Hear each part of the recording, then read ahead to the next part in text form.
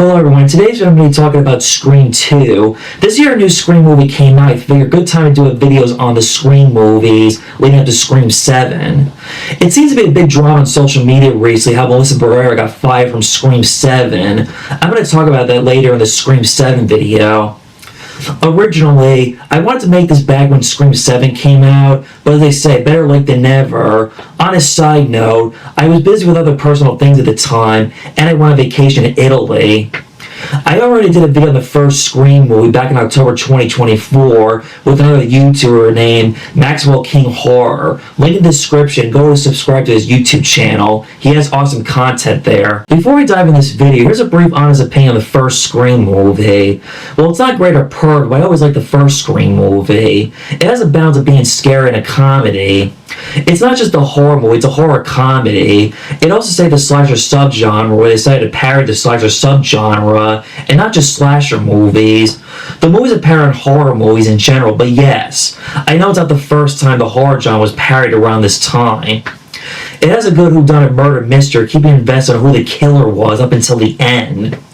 The opening scene is very good and scary, seeing how Drew Barrymore got a phone call from Ghostface. Ghostface asked her horror movie trivia questions and tortured her psychologically. She witnessed her boyfriend get murdered right in front of her eyes when she gets a trivia question wrong, and she does trying to escape Ghostface, trying to call for help from her parents. This is one of the best horror openings in a horror movie, right up there with Jaws, Halloween, Night of the Living Dead. The Ghostface killer reveal shocked me when I first saw this movie. I won't spoil it, go give it a watch and be surprised. Around the time the first Scream movie came out, as it was a big hit success and popular, like anything that's big and popular in pop culture, every film director and every studios tried too hard to copy what Scream did. Everyone wanted to be on the same level of success as Scream. Movies like I Know What You Did Last Summer, Urban Legend, The Faculty, this is a movie actually I do like. 2 out of 3 of these movies were written by Kevin Williamson, and Valentine are all examples of trying too hard to be on the same level of success and rip-offs as Scream. Poking fun at meta horror and the rules of surviving horror movies. In a way, it's similar how, after the success of the first Halloween movie, the 80s made tons of Halloween slasher rip-offs. It's true they say, history does repeat itself. Now we're on to Scream 2. Like in any movie franchise, when the first movie is a hit and success, what do? They make a sequel and they franchise it. Like Stu said in the last movie, let's face it, baby, you gotta have a sequel these days. The crazy thing about this movie came out 1 year later after the success of the first movie. Sometimes this can go either way. A sequel coming out 1 year later rather than waiting 2 or 3 years for a sequel that comes out 1 year later. And surprisingly, it wasn't bad and it succeeds. I don't know the story on whether this movie had a fast-paced production or was already in production before the first Scream movie came out. Just like the first Scream movie, this movie came out also around Christmas time. This was a success when it came out despite coming out 1 year later after the first Scream movie. Scream 2 was once again directed by Wes Craven, written by Kevin Williamson. I remember my first view of this movie as a teenager, around the time when I finally got into horror movies. After watching the first Scream movie, I figured, let's watch Scream 2, and I was surprised how much I enjoyed it. What I like about Scream 2 is a solid follow. We see how Sydney's trying to live a normal life after the traumatic event in the first movie. This movie takes place 2 years after the events of the first movie. She's in college, she's majoring in theater, she has a new boyfriend named Derek, played by Jerry O'Connell, who you all might recognize as one of the boys from Stand By Me. Well, he wasn't a perfect boyfriend, he was an upgrade compared to Billy Loomis, and stable. But at the same time, we can see why Sydney would maybe think that he could have been the killer and a suspect. And it's also normal for Sydney to have insecurities. After all, her crazy ex-boyfriend tried to kill her in the last movie, which makes sense. While Sydney's in college, there's another Ghostface killer who's a copycat, the murderers of Billy Loomis and Stu Macher. And this Ghostface killer is also stalking Sydney. Oh yeah, the way Derek Wooten shows his love for Sydney singing a song from Top Gun in the cafeteria in front of the college cafe. Gee, if only I knew how to sing. Neve Campbell does a good job again in this movie as Sydney. She's the final girl in the sequel, like Ellen Ripley, Laurie Strode, and Nancy Thompson. She's more badass in this movie from here on in the rest of the series. The movie opens up with horror fans going to see a horror movie that was made about the events that happened in the last movie called Stab, a movie within a movie. From here on out, the fake fictional Stab movies are referenced throughout the rest of the Scream series, and the Stab movies become a franchise in this universe. We see clips of Stab in the movie with Heather Graham playing Casey, who died in the opening scene of Scream. Jada Pinkett Smith, Omar Epps' character, on a date night. She wanted to go see some chick flick rom-com, but her boyfriend talked her going to see this new horror movie. We've all been there before. I'm with Omar Epps on this one. I'd rather go see a horror movie. I admit, I am not into chick flick rom-coms, but that is a different story. Sorry, ladies. If you want to go to see a movie with me on a date, it must be a horror, not a rom-com. Omar Epps' character gets killed in the bathroom, stabbed in the cheek while he eavesdrops. Because everyone's dressed up as Ghostface for opening night, no one suspected or know that someone in the audience was a Ghostface killer. The Ghostface killer kills Jada Pinkett Smith's character. Because the fans are too distracted with the movie, they would not know or suspect that there was a murder going on while in the audience. Jada Pinkett Smith's character goes on stage crying and screaming in pagan agony for help. She falls and dies. The audience was confused, not knowing this is part of an act, for real, or a prank. This is a good opening scene right here, but not as iconic as the first Scream movie, but it works well. Scary Movie parody this scene. In a weird way, seeing this scene made me think how you can't help but think about what happened 15 years later in 2012 of the Aurora Movie Theater in Colorado shootout, when James Holt killed 12 people and 70 people were injured while watching Christopher Nolan's The Dark Knight Rises, the final Batman movie, the Nolan Batman movie trilogy. Sometimes we look back at certain movies that we feel like were ahead of its time or predicted or foreshadowed what was to come or happen in a real-life current event. Not only do we see the same set of recurring characters from the last movie again, but we also get a set of new characters played by some good actors who later go on successful careers since then. Once again, Gale Weathers is such a bitch again, but I mean, yes. She did save Sidney and Rainey's life in the last movie, and she wrote a book about the Woodsboro murders, which was made into a movie called Stab that I already mentioned before. Here's an idea for a video that came to mind while I was filming this video to make up. The dumbest and stupid things Gale Weathers has done, but I will address the element in the meantime how Gale tries to get Sidney and Cotton Weir in the same room together for an interview. Like Sidney wanted to do something like that. I mean, come on, you gotta be kidding me. Fuck you, Gale Weathers. In the last movie, we only saw news archive footage of Cotton Weir on the news, how we thought he was going to be executed, or we thought he was the one responsible for murdering Sidney's mother, but he was framed by Billy Loomis and Stu Mocker. Cotton tries to reason with Sidney to get angry, physically aggressive, or decline to be on the Diane Sawyer show. They arrest Cotton thinking he was trying to assault Sidney. I don't think Sidney does not think he's the kind of person who wants to be famous desperately. She just wants to live a quiet, normal, peaceful life. We see that Cotton and Sidney have a complicated relationship. Besides the complicated falsely accused, Sidney still has beef with Cotton because of having a consensual affair with Sidney's mother.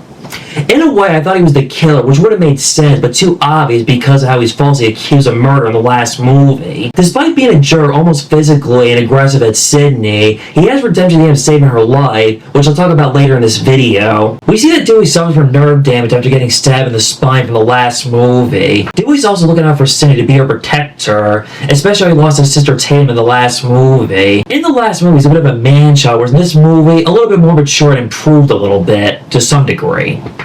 Him and Gale break up for the first time. Dewey, you deserve better, man. Dewey and Gale's dynamic relationship is different in this movie compared to the first movie. In the first movie, they were walking on cloud 9. In this movie, the relationship between them, complicated from breaking up. The feelings are still there. But Dewey does not take Gale's bullshit. Dewey gets stabbed multiple times again, but he survives again. Again, that's luck right there. When I first saw this, I'm like, oh, did they really kill off Dewey for good? But no, thankfully, no, he survives in this movie in the end. In the last movie, Randy pointed out the rules of how to survive a horror movie. In this movie, he points out the rules of slasher sequels, and he's majoring in film theory. Gee, no surprise there, ladies and gentlemen. The body count is always bigger, death scenes are much more alive with more blood, more gore. If you want your scene to become a successful franchise, never ever ever, under any circumstances, think that the killer is dead. His first scene in this movie is in the middle of a class. They are discussing movies and sequel to movie franchise that are either good, bad, or suck, but sometimes it seems like sequels are hit or miss. He still has the hots for Sidney, but at this point in time, we know that Randy has no shot with Cindy, and Cindy does not see Randy that way. Randy's death scene was a shock for me when I first saw this movie. I was surprised they killed him off for good. I thought maybe, no, he's not dead, they'll bring him back, but no, Randy does officially die in this movie for real. I'm not sure this was really intentional when they wrote the script of this movie, deciding to kill off Randy when they wrote this movie. Well, instead of the geek getting the girl in the end, the geek gets killed by Ghostface instead. Randy wasn't safe at all, and there was no guarantee of him surviving whichever movie he was in. When Randy died in this movie, this seemed to upset a lot of Scream fans because he was a likable character at the time from the first Scream movie. When Randy was on the phone with Ghostface while Dewey and Gale are trying to find a killer, not sure how close he is, Ghostface asks Randy what his favorite scary movie is, and he answers Showgirls. That was sarcasm and funny, but in a funny way, Showgirls is a horror movie for how bad that movie is, but that is a different topic for another time. Sarah Michelle Gellar, aka Buffy the Vampire Slayer, is in this movie, but only as a small part. She plays Cece, one of the sorority sisters. She had the same film theory class with Randy. One night she's at the sorority house all by herself eating pizza while watching TV. She's not a party sister, she's a sober sister who'll go out and pick up sisters who get drunk at a party. Then she gets a call from Ghostface, saying it was her drunken boyfriend Ted. Ghostface kills her, she gets thrown off a balcony. Anytime I watch this, I joke to myself, oh come on Buffy, but of course, she's not playing Buffy in this movie. The funny thing is when she's watching TV, when she gets a phone call from Ghostface, the original 1922 silent Nosferatu's on television. It would not surprise you if this was a reference to her popularity at the time as Buffy the Vampire Slayer. This is a big year for Sarah Michelle Gellar. She was in this movie, I Know What You Did Last Summer, and the TV show Buffy the Vampire Slayer made its debut that year. On a side note, they used this clip in Halloween H2O when the characters of Michelle Williams and Joey Leno Keefe are in the rooms getting ready for date night. In my Halloween H2O bit, I mentioned the stunt to play Michael Myers. Christian Ray from H2O is in this movie playing Ghostface, but only doing the stunt scenes as Ghostface in the scenes with Buffy. The part when Sandy and her friend are being taken off campus for safety, Ghostface kills a bodyguard who was driving the car. The one bodyguard led, Ghostface drives the car. The second bodyguard jumps on the car. Ghostface is driving like a maniac. The car crashes in some construction area, and the second bodyguard dies. Getting a lead pipe goes right through his head.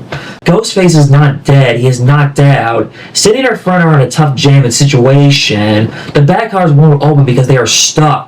So they have no choice but to get out and escape the back to the front and try not to wake up Ghostface. This part was intense and suspenseful. As I'm watching, I'm like, oh my god, I hope they get out of this. But just when they were about to escape, Cindy's done running and wants to face her fears. But Ghostface woke up and escaped and killed her best friend. Spoilers, if you've not seen this movie, stop the video right here. Just like in the last movie, the killer reveal also shocked and surprised me. Especially how this woman who was a reporter who annoys and bothers Gale Weathers throughout the rest of this movie. As it turns out, this news reporter lady is Billy Loomis's mother. Played by Roseanne actress Laurie Metcalf, she was batshit insane and a psychopath and crazy. Never would have thought it was a relative of Billy Loomis as a Ghostface killer, but it makes sense. Her motive was simple: revenge on Sidney Prescott, who killed her son. Also, just like the last movie, we have not one, but two Ghostface killers in the same movie at the same time. Mickey's the second Ghostface killer, another surprise, like Stu. Didn't see that one coming. Mickey's motive was kind of lame, lacking, just dull. Blaming horror movies so he become famous. It's another one of those dumb social commentaries that horror movies are to blame why people become psychopaths, blaming a certain type of media. But again, this is a different story right here, a heavy topic. However, I did like when Cindy says to Mickey, there's one thing you forgot about Billy Loomis. Mickey asks what? Cindy says, I fucking killed him. She stabs Mickey with the necklace that her boyfriend gave her earlier in this movie. Good for you, Sydney. While Scream 2 is not a great movie, it does an okay, decent job managing to be solid, consistent, despite following the same format as the first Scream movie. Does it come close to top in the first Scream movie? No. It's not new or fresh, but it's still an alright movie, at least in my own opinion.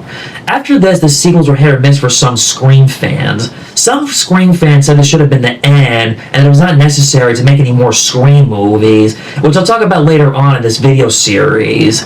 It is one of my favorite sequels in the Scream series for sure. The one thing different about this movie to the first one is the meta behind to this movie is the rules of sequels, and the debate on if sequels suck or which sequels come close to topping the original film. For a movie that pokes fun at meta horror sequels, this movie is not over the top and gore like the first Scream movie. That was my video on Scream 2. See y'all next time for Scream 3.